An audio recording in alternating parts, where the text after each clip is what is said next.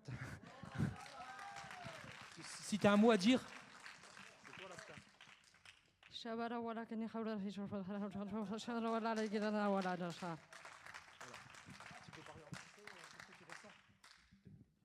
Mon péché, mes barrières, mon contrôle mental, tout a disparu. Je ne suis que lumière, je ne suis que feu de joie. J'ai retrouvé la foi, je crois en Dieu et Dieu est là. Dieu est vraiment parmi nous, Dieu est en moi. Je peux témoigner que Dieu existe, il est vraiment parmi nous. Il est tous en chacun de nous, il nous regarde, il nous encourage. Et de là-haut, il veut vous dire qu'il est très fier de vous tous. Et continuez de le bénir. Amen. Bravo.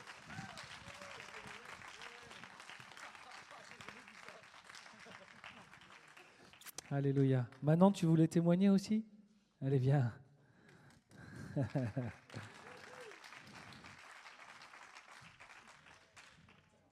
suis stressée. Ça va aller. J'avais pris un micro. Bonjour tout le monde. Alors, c'est Serge qui a voulu que je témoigne aujourd'hui. J'ai pas voulu au début, je suis très stressée. Mais ça s'est passé au culte d'il y a 2 semaines, la semaine dernière. Et j'ai senti une présence en moi, une chaleur.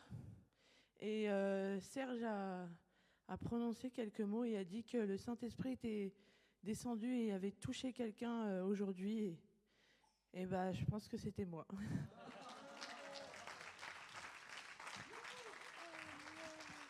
Merci Manon. Alléluia. Dieu est bon. Acclame le Seigneur encore plus fort. Hey. Il agit. Il agit. Est-ce qu'il y a d'autres personnes qui veulent témoigner de ce qu'elles ont vécu? On va faire un culte spécial témoignage. Donc, je ne veux pas que ce soit aujourd'hui le culte spécial témoignage, mais on va vous donner juste quelques prémices de ce qu'on a vécu dimanche. Viens Valérie, allez, on l'encourage. On l'encourage. Yes. J'ai aimé t'entendre prier ce matin, mon frère, je te le dis. J'ai aimé t'entendre prier. Merci. Bonjour à tout le monde. Je n'ai pas à me présenter, tout le monde me connaît déjà, sauf pour les, je ne sais pas s'il y a des nouveaux. Je suis le frère Valérie et je voudrais témoigner ce matin une fois de plus pour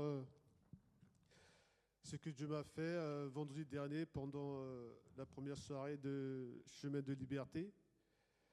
Et comme le dit souvent, Dieu aime prendre son temps. Dieu sait quelle est la saison, qu'est-ce qu'il faut faire. En fait, dans le planning de Dieu, on ne peut rien changer et modifier. J'avais témoigné, je me souviens, c'était en 2021-2022, j'avais fait un témoignage sur une délivrance que j'avais sur Paris, suite à un empoisonnement, et que j'étais guéri. Mais cela, ça fait déjà plus de 10 ans déjà, c'était en 2015. Et là, Dieu continue à remettre encore ce dispositif en place. Mais ce n'était pas en fait une guérison, une délivrance comme on l'a fait vendredi. C'était vraiment très spécial et vraiment ciblé. C'était par rapport aux liens familiaux. J'en ai parlé avec le pasteur mardi quand on a commencé ce jeûne-là. Et après qu'on ait prié, c'était vraiment très compliqué. Toute la semaine, pendant le jeûne, jusqu'à vendredi, les attaques se sont multipliées. En fait, ce sont des esprits des eaux, ou tout veut dire de femmes de nuit. Et ce vendredi-là, beaucoup de choses qui s'est passé. J'ai senti un esprit sortir de moi. C'est vrai que j'étais très fatigué après, mais je savais que c'était le processus. Et je remercie Dieu parce que ça fait déjà tant d'années que je pensais à ça. Et je me disais, bon, quelle est la solution? Je me disais, mais il faudrait qu'il y ait une église où il y a des délivrances. Et Dieu va faire les choses petit à petit. Dieu va mettre en place, au travers du pasteur, ce service-là. Et finalement, tout s'est bien passé. Vraiment, je remercie le Seigneur car je sens que il a tout changé, il a tout renouvelé. Et comme je l'ai dit au pasteur, curieusement, ma façon de réfléchir, de penser a changé. Je ne vois plus les choses comme avant. Et je voulais remercier le Seigneur une fois de plus et glorifier son Seigneur. Amen. Il faut du courage pour oser dire je suis chrétien depuis longtemps, j'avais besoin d'une délivrance. Et c'est un témoignage qui doit impacter parce que beaucoup peuvent être empris, ils n'osent pas croire. Et heureusement qu'on a des témoignages de personnes qui osent dire sans gêne parce qu'on est dans l'amour. Et l'important, c'est de viser cette liberté. Il n'y a pas de jugement, on est dans l'amour, on veut simplement être libre ensemble pour faire ce que Dieu veut. Merci pour ton courage, Valérie, de témoigner comme ça. 10 petites secondes, c'était parce que je voulais que l'Église se réjouisse, parce qu'une personne nommée Valérie est encore un petit peu timide, n'a pas osé venir, mais elle m'a dit ce matin, le week-end dernier, dimanche dernier, quand vous avez prié pour moi, j'ai accepté le Seigneur, on lui a fait répéter la prière du salut, et elle n'a plus mal au dos depuis. Alors voilà, je vous le confie. Alléluia. Alléluia. J'avais 2 grandes questions. Je pense qu'il y a plusieurs personnes qui ont plusieurs questions, une ou deux, à poser à Dieu. Et en fait, la soirée de la liberté, c'était vendredi. Et le lendemain, j'ai eu mes 2 réponses. Alors que je pourrais témoigner un peu plus profondément si vous venez vers moi. Mais merci Seigneur parce que j'ai été libéré de ces 2 grandes questions. Amen. Alléluia. Wow. Préparez-vous. Vendredi, 2e soirée. Le vendredi suivant, 2e soirée. Et le dimanche qui suivra cela sera un culte spécial témoignage de ce que Dieu dit afin de le glorifier. OK ? Tout ce que vous avez vécu, méditez-le. Envoyez-nous des mails, des messages. On va prévoir un culte spécial témoignage où le but, ce sera d'élever le nom de Jésus. Et la foi de l'Église se fortifie. Amen. Amen. Oh, Dieu est bon. Dieu est bon. Merci Saint-Esprit pour ce que tu es en train de faire. Merci Seigneur pour ce que tu utilises l'Église cieux ouverts pour délivrer les captifs, les rendre libres. Merci pour les conversions qui se multiplient, qui sont de plus en plus fréquentes. Merci pour les baptêmes de l'Esprit. Merci pour les délivrances. Ta parole est vraie. Ta parole est vraie. Elle n'était pas simplement vécue au temps des apôtres de l'Église primitive, mais nous pouvons la vivre et nous la vivons encore aujourd'hui. Sois glorifié. Merci pour ces prémices que nous vivons et continue de faire grandir cette Église cieux ouverts de gloire en gloire et de nous aider à te faire connaître par la puissance de l'Évangile. Amen. Amen. Vous savez, notre Jésus, notre Sauveur est juif. Et parfois, on s'est éloigné de nos racines juives. Et lorsqu'on s'en rapproche et qu'on revient à l'essence de qui était Jésus, on recommence à vivre des choses fortes comme nous avons vécu à la soirée vendredi. C'était une soirée spéciale où nous avons prié pour une délivrance particulière, celle des liens ancestraux, des malédictions générationnelles, peu importe le nom qu'on le donne. Des péchés commis par des personnes dans les générations précédentes peuvent influencer ta vie. Et pour ça, il y a besoin de demander pardon pour fermer cet accès afin que tu puisses être libre. Tous les problèmes, tous les soucis ne viennent pas d'un péché d'une génération passée où il faut faire une enquête, c'est pas ça. Mais certains, oui. Et ceux-là, on veut s'en débarrasser. Et c'est ce qu'on a fait vendredi. Et vraiment, venez les vendredis suivants. On a vu la gloire de Dieu se manifester. Et pour ceux qui doutaient peut-être de cette théologie, on a vu au fur et à mesure que l'on priait, plus on s'approchait de la génération des parents, plus il y avait des personnes qui manifestaient ou qui demandaient la prière pour soit recevoir une délivrance, soit recevoir une aide de la prière. Ça a été manifeste. Dieu est bon. Et quelle joie de voir Dieu honorer sa parole et quelle joie de voir Dieu délivrer. Nous, on est dans la joie en fait. Vous n'imaginez pas, c'est une joie que tu ne peux pas trouver dans le monde, ça. Quand tu vois ton frère, ta sœur être libéré de quelque chose ou d'un tourment et après tu vois sa vie changer et puis bientôt on va entendre une série de témoignages. Oh là là, on se réjouit. Dieu est bon, mes amis. Dieu est bon. Alléluia. Je veux qu'on prenne une petite une perspective sur ce thème-là des liens générationnels et vous montrer que ce n'est pas le centre de notre foi, mais que ça englobe un autre sujet. Mais je veux simplement rappeler que dans le judaïsme, il y a cette pensée, cet enseignement que les individus font partie d'une communauté plus large, que les actions d'une personne peuvent affecter le groupe entier.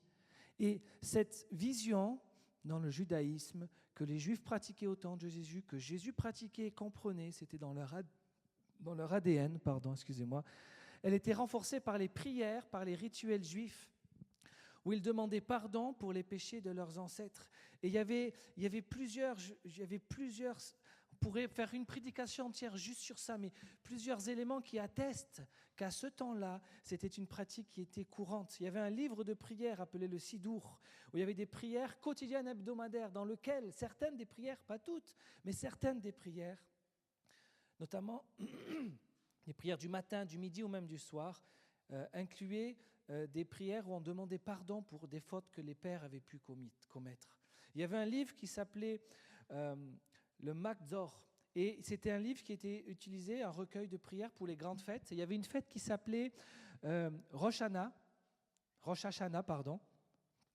et c'était une fête importante, c'est le Nouvel An juif qui était célébré généralement en septembre ou en octobre. Et c'est une période de l'année importante pour eux parce que c'était le début d'une réflexion de repentance et ça marquait le début de 10 jours de pénitence qui culminait avec la fête qui s'appelle Yom Kippour, où c'était le grand pardon, la journée du grand pardon, une journée sainte pour le peuple juif. Et là aussi, on se consacrait par le jeûne et par la prière, par la repentance.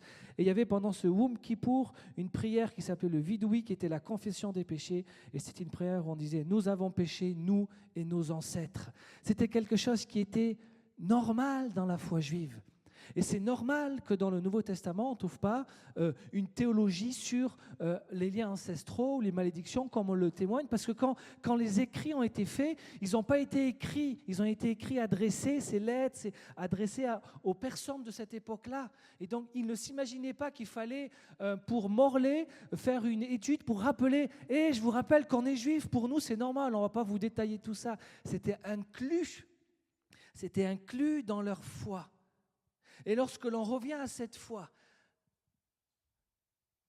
et que l'on commence à pratiquer ce qui était dès le départ dans l'histoire juive avec l'ajout de la grâce qui nous est faite par le Seigneur, on obtient des délivrances glorieuses.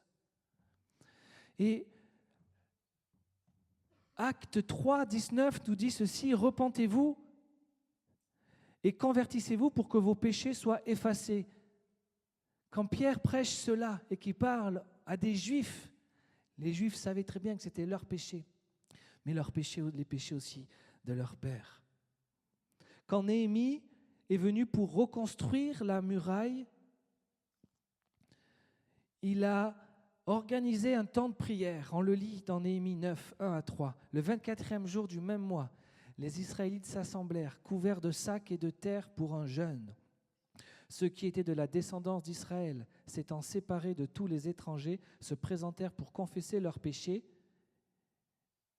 et les fautes de leurs pères. Comme ils furent debout à la place, on lut le livre de la loi pendant un quart de la journée. Et pendant un autre quart, ils confessèrent leurs péchés et se prosternèrent devant Dieu. C'était dans l'état d'esprit juif. Daniel, Daniel le prophète, le peuple d'Israël avait tellement péché qu'au bout d'un moment, le cumul de péchés, des transgressions, a entraîné une malédiction sur le peuple. Ils ont été envahis par Babylone, l'empire babylonien, ils ont été déportés. Et Jérémie, le prophète, avait prophétisé dans Jérémie 25 que 70 ans après, le peuple serait libéré. Et le prophète Daniel, il fait son calcul, il lit le prophète et il se dit, mais on arrive aux 70 ans. Et là, il fait cette prière. « Oh Seigneur, Dieu est grand redoutable, toi qui gardes ton alliance et ta bienveillance envers ceux qui t'aiment et qui observent tes commandements. Nous avons péché. » Mais Daniel, il n'y était pas. Et il dit, nous avons péché, nous avons commis des fautes, nous avons été méchants et rebelles. Parce que dans l'esprit juif, c'est la famille, c'est le peuple, ils sont liés. Et Daniel était l'héritier de conséquences de mauvaises pratiques et de péchés. Et il s'en repent. Nous sommes détournés de tes commandements et de tes ordonnances. Nous n'avons pas écouté les serviteurs, les prophètes qui ont parlé en ton nom à nos rois, à nos princes, à nos pères, à tout le peuple du pays. Et au verset 19, Seigneur, écoute, Seigneur, pardonne, Seigneur, sois attentif, agis et ne tarde pas par amour pour toi, ô mon Dieu, car ton nom est invoqué sur ta ville et sur ton peuple. Et si je peux, pour toi qui es dans notre église, chez Ouvert, peut-être tu avais un doute sur ce que nous étions en train de faire et tu n'es pas venu vendredi. Je veux t'accrocher encore au wagon et te laisser l'opportunité de vivre cela, Et je crois que notre amour fait qu'on serait prêt à faire une séance de rattrapage pour ceux qui ne sont pas venus vendredi. Vraiment, on va faire vendredi prochain et l'autre vendredi.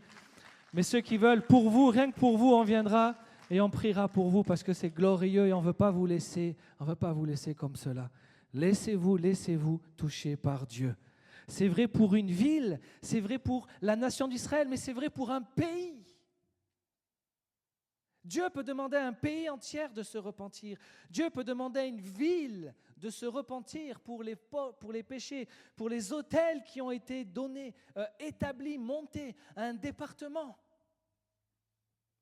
Et la marche pour Jésus que nous mettons en place, on aspire à cela, que ça puisse susciter une repentance pour que nous puissions voir la gloire de Dieu se manifester. Et vous voyez, oui, alors que le peuple était sous cette malédiction, certains parmi le peuple, comme Daniel et comme d'autres, sont réveillés et appellent les autres à revenir. Ils sont les malheureux héritiers de quelque chose, mais Dieu suscite des mauvaises conséquences de leur père, mais Dieu suscite en eux un élan nouveau qui amène les autres, qui sensibilise à se repentir. Tu peux être pour ta famille un nouveau départ. On peut être pour cette ville un nouveau départ. On peut être au travers de la marche pour Jésus, une marche dans l'unité qui rassemble les chrétiens. Un nouveau départ pour notre département et bien au-delà. Et est-ce qu'on veut faire partie de cela pour notre famille? Est-ce qu'on veut faire partie de cela pour notre ville? Et on parle beaucoup de ces malédictions générationnelles, mais elles sont englobées dans ce qu'on pourrait voir la conception de l'héritage que l'on donne. Et il est possible de donner un héritage qui va bénir encore les autres, ta descendance. Et c'est sur cela que je veux insister ce matin. Oui, il peut y avoir des malédictions, mais ça, à la limite, on le règle assez facilement par la grâce, Jésus. Mais pourquoi? C'est pas le but, c'est quoi le but? C'est que derrière puissent découler des bénédictions qui vont aller de génération en génération. Briser les malédictions générationnelles, ça ne consiste pas seulement à mettre fin à des schémas négatifs, mais aussi établir de nouveaux schémas conformes à la volonté de Dieu. Parce qu'on est appelé à expérimenter la liberté, mais cette liberté, à la transmettre aussi aux générations futures.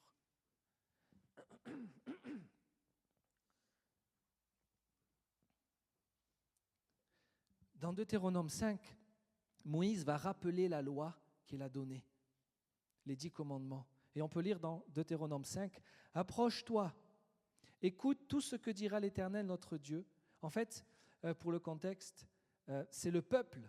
Voyant Moïse sur la montagne et la nuée, c'était impressionnant pour eux. Il dit, vas-y toi plutôt. Approche-toi Moïse, et écoute tout ce que l'Éternel dira, notre Dieu, et tu nous le rediras. Tout ce qu'il t'a dit, et nous écouterons et nous ferons. Et voici ce que Moïse leur dit par rapport à cette parole. L'Éternel a entendu votre parole, celle-là, c'est-à-dire d'écouter et de mettre en pratique. Et l'Éternel me dit, j'ai entendu les paroles que ce peuple t'a adressées, tout ce qu'ils ont dit est bien. Oh, s'ils avaient toujours ce même cœur pour craindre et pour observer tous mes commandements, afin qu'ils soient heureux à jamais, eux et leurs fils. La bonne nouvelle, c'est que non seulement Dieu délivre des liens générationnels qui peuvent impacter ta vie, mais il y a encore une nouvelle encore plus grande. Les bénédictions qu'il te donne vont découler sur les générations suivantes. Et ça, c'est glorieux. Mais écoutez bien ce qu'il dit. Il faut qu'ils écoutent, il faut qu'ils obéissent. Il faut qu'ils écoutent et il faut qu'ils obéissent. Vous avez déjà entendu quelqu'un vous dire « Hé, tu m'écoutes ou quoi ?» Tu es en train de parler, la personne parle et dit « Eh oh, mais tu m'écoutes là ou pas ?» Mais parfois on peut entendre des choses sur Dieu, on peut entendre, et on a envie de dire « Mais est-ce que j'écoute Dieu ? Est-ce que j'écoute ?» Et une fois que j'ai écouté, est-ce que j'obéis ? Et il y a une promesse de bonheur pour toi, pour moi, et pour notre descendance. Si j'écoute et si j'obéis, la bénédiction générationnelle.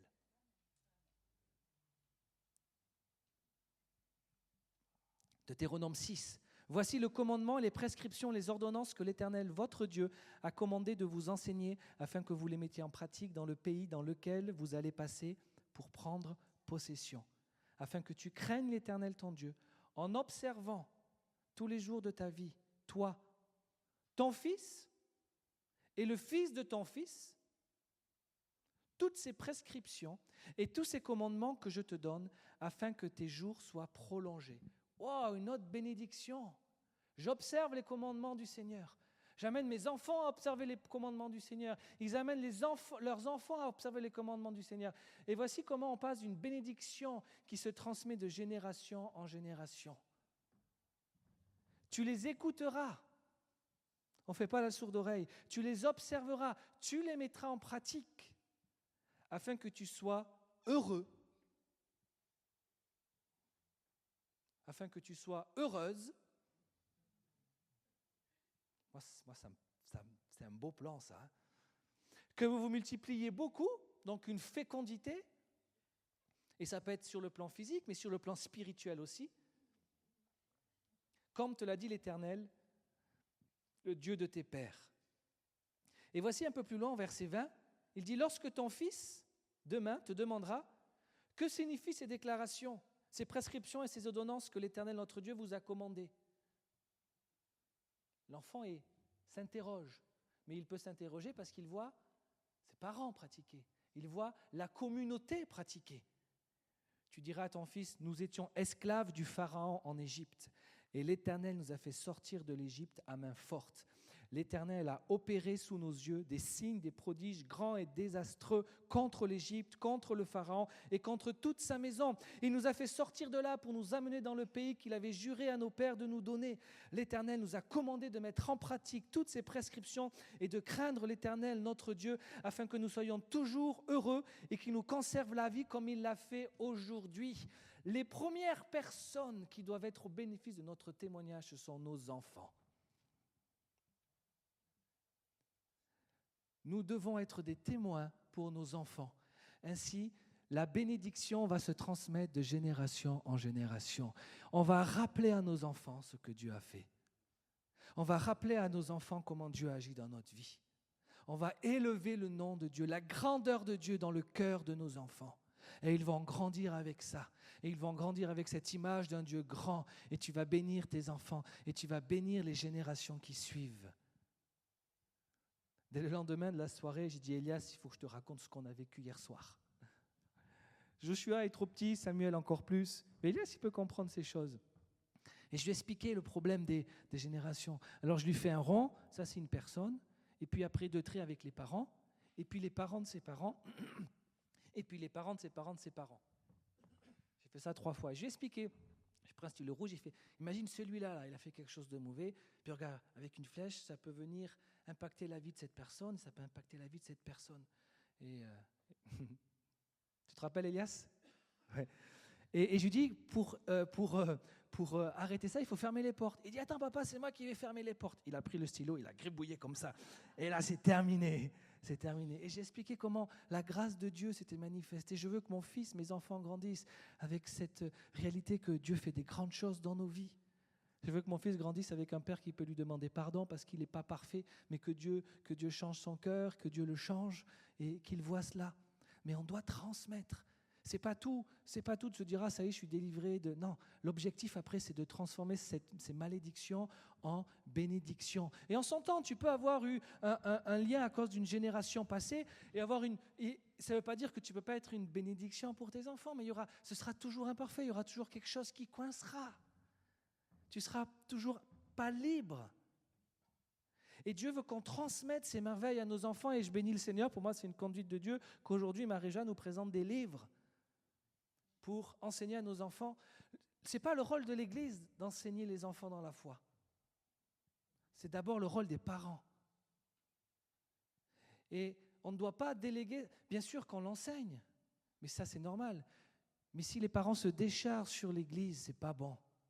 Les enfants doivent entendre de nos bouches les grâces que Dieu a faites dans nos vies.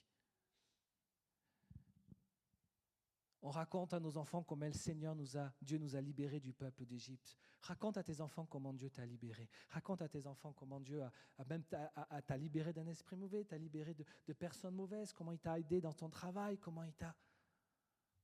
Raconte cela.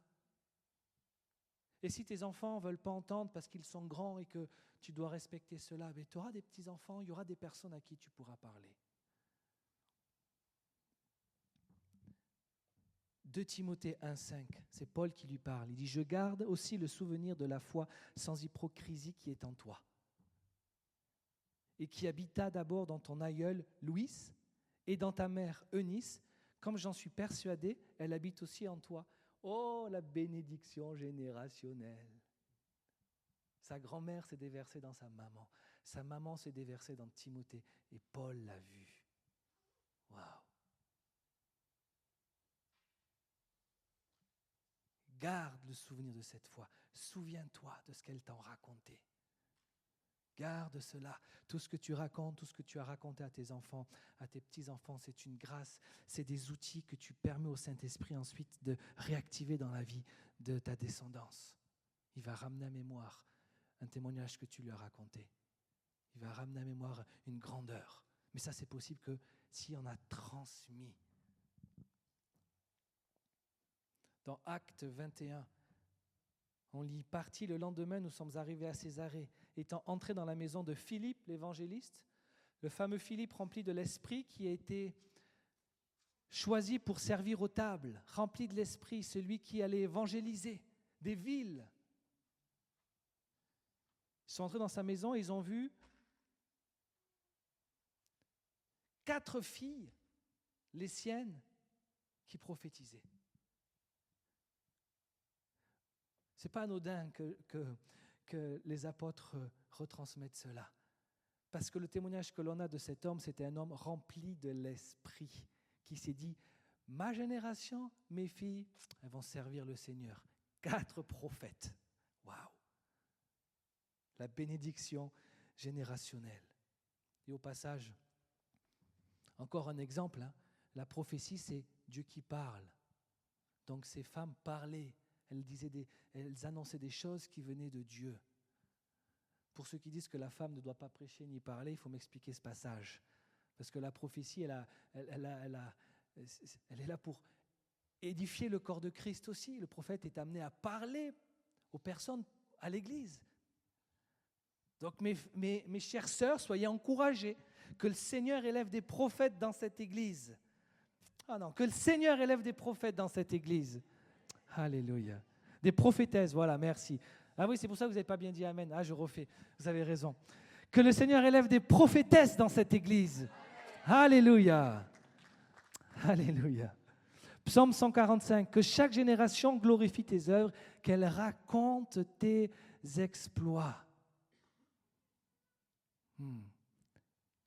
Et ça se fait dans des moments de partage quotidien. Mais c'est aussi la manière dont on va transmettre à nos enfants la foi et ce qui est bon et ce qui n'est pas bon.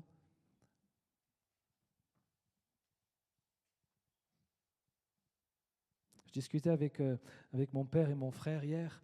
On avait une discussion sérieuse, 3 pasteurs qui discutent. Oh là là, on rigole beaucoup. Mais on se faisait cette réflexion. les parents, on doit montrer aux enfants ce qui n'est pas bon. Parce que si on ne le fait pas, ils n'auront pas cette conscience, ils ne vont pas intégrer que cette pratique, ceci, cette façon de faire, c'est pas bon et ça glorifie pas Dieu. Vous comprenez ce que je veux dire?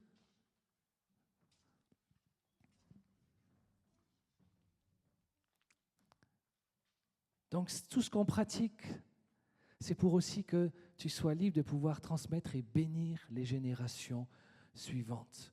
Ce n'est pas uniquement centré sur moi, c'est centré sur mon héritage. Tu vas être une bénédiction pour les autres. Tu vas bénir la génération suivante. Quel héritage on veut à l'Église Cieux ouverts? On veut bénir. On veut être un héritage pour ceux qui viendront après nous.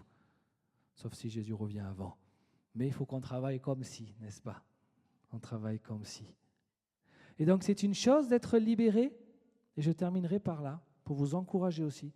Et c'en est une autre de rester libre. Et ça, c'est très important. Je crois par la foi que quand Dieu délivre, il délivre, c'est terminé. Mais je connais aussi l'ennemi qui va revenir pour te déstabiliser, pour te dire « Ah, tu as vraiment été délivré ?» Et il va venir te tenter.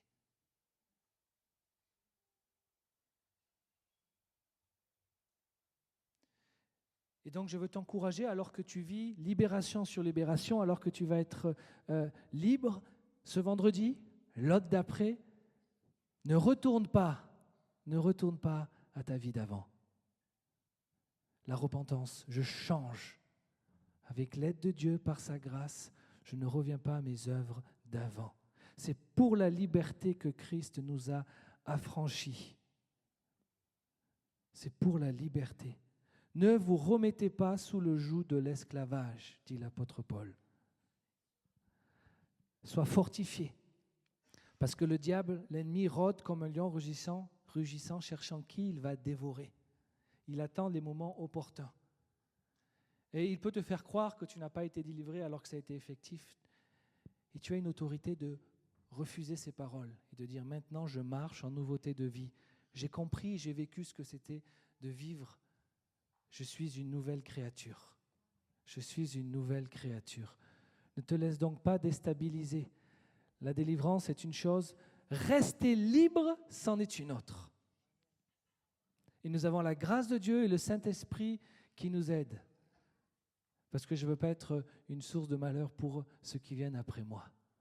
Mais je veux être une source de bénédiction et une bénédiction générationnelle. Et si je peux comparer, une bénédiction qui va de génération en génération, ça fait plus de dégâts dans le sens positif qu'une malédiction qui va de génération en génération, parce que c'est la gloire de Dieu qui se répand et qui impacte et qui rayonne comme un fleuve qui sort et qui coule de la famille et qui va impacter les autres autour, qui va impacter l'Église, Waouh, c'est glorieux, c'est glorieux, c'est glorieux ce que Dieu est en train de faire dans notre Église. Et je le bénis. Je ne veux pas aller plus loin ce matin, mais juste garder dans votre cœur que l'objectif, c'est l'héritage que l'on laisse aux générations suivantes. Et Dieu, dans sa grâce, fait table rase de notre passé pour nous permettre, dans cette liberté, de transmettre sa gloire, de transmettre sa grandeur. Alors papa, maman, père, mère, parlez à vos enfants, parlez à vos petits-enfants des œuvres que Dieu fait. Glorifiez Dieu et vous allez transmettre cette bénédiction de génération en génération. Pas besoin d'attendre que les enfants soient grands, dès qu'ils commencent à comprendre. Même s'ils ont des questions que tu ne pourras pas répondre, comme mon fils me dit, mais il est où Jésus? Dans ton cœur. Des fois, on ne peut pas répondre, c'est compliqué, c'est vrai, c'est pas grave. Il finira par comprendre. Et ou alors on l'aide, on lui donne une image, mais on transmet, n'est-ce pas? On veut vivre cette liberté et être une bénédiction pour les générations futures. Je terminerai par ce proverbe 13-22, il ne s'affiche pas, mais je vais vous le lire. L'homme de bien laisse un héritage à ses petits-enfants, mais les richesses du pécheur sont réservées pour le juste. L'homme de bien laisse un héritage à ses petits-enfants. Alléluia. Vendredi, on va prier, non pas pour les liens parce que c'est terminé, les liens générationnels. Voilà, c'est une partie du chemin de liberté. Mais il peut y avoir des liens qui sont liés à des péchés dans nos vies. Valérie nous l'a rappelé, il peut y avoir un combat.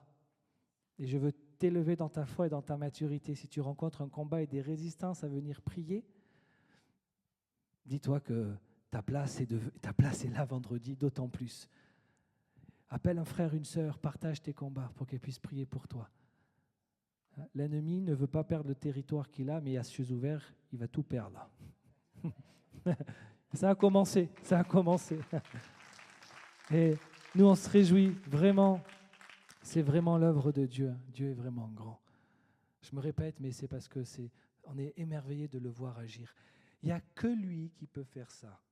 Il n'y a que lui qui peut intervenir dans la vie de notre frère, de notre sœur, à cause de tourments qu'il vit. On sait très bien que si le problème il est spirituel, un médecin ne pourra rien, un psychologue ne pourra rien. Seule sa grâce et de voir des frères et des sœurs tourmentés, de voir des frères et des sœurs bloqués, de voir des frères et des sœurs résister à l'œuvre de l'Esprit. Ah, ça nous pèse, c'est un fardeau pour nous. Et quand on voit le Seigneur qui vient, qui agit, oh, alléluia. Alléluia. Donc on va prier. Si tu te sens lié par un péché, tu n'arrives pas à t'en débarrasser, ça revient. Tu viens ici vendredi, tu ne viens pas dans la honte par rapport aux autres, tu viens dans un esprit de repentance. Qui ici ne s'est jamais repenti d'un péché? Qui ici ne s'est jamais confessé un frère et une sœur? On est dans l'humilité, mais on ne veut pas laisser de place à l'ennemi. Et vous savez ce qu'il fait? Il va nous maintenir dans une culpabilité, dans une honte. Et comme on n'ose pas en parler, comme on a honte, eh bien lui, il est bien content parce qu'on reste là-dedans. Non, la parole libère. Donc soyez vigilants, priez les uns pour les autres. Prions encore pour ce temps-là vendredi. Et viens. Alléluia.